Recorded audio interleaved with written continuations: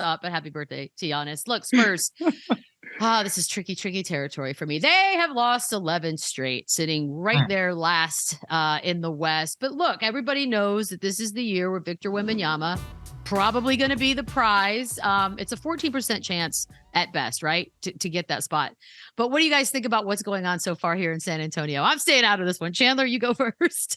I mean, they're actually sticking to the plan that these other teams are blowing.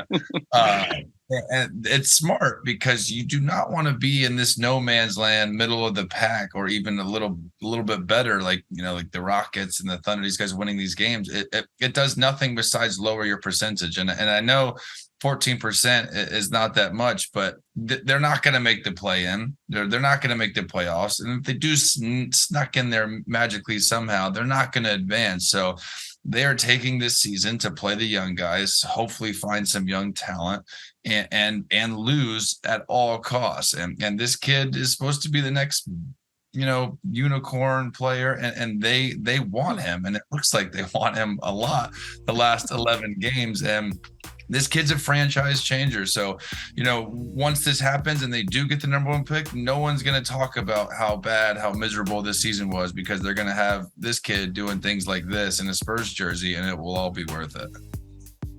Yeah, if I know anything about Pop, and Beadle can probably back me here, he's about as competitive as it gets. So when I look at the standings and I see the Magic have 20 losses already, and the Pistons actually have a worse record percentage-wise, I'm expecting him to double and triple down on really, really losing some more games coming up pretty soon. So, 11 straight, that's just not going to cut it for Pop. He's really going to want to make this happen. Shout out to Tim Duncan for coming and checking out a game. Nice leather jacket. Good to see he's still doing his thing. He's got the dreads going, looks happier. Right? He kind of doing the Kobe, like he looks happier now that he's done playing than he looked when he was stressed out playing. But yeah, Pop's, he's not going to let this be competitive in any way, shape, or form. So, shout out to them. Hopefully they get the third pick and they get a Thompson twin and they got to deal with that. But they've done this once in my lifetime and they got Timmy, and it's just not fair. So let's not let them do it twice.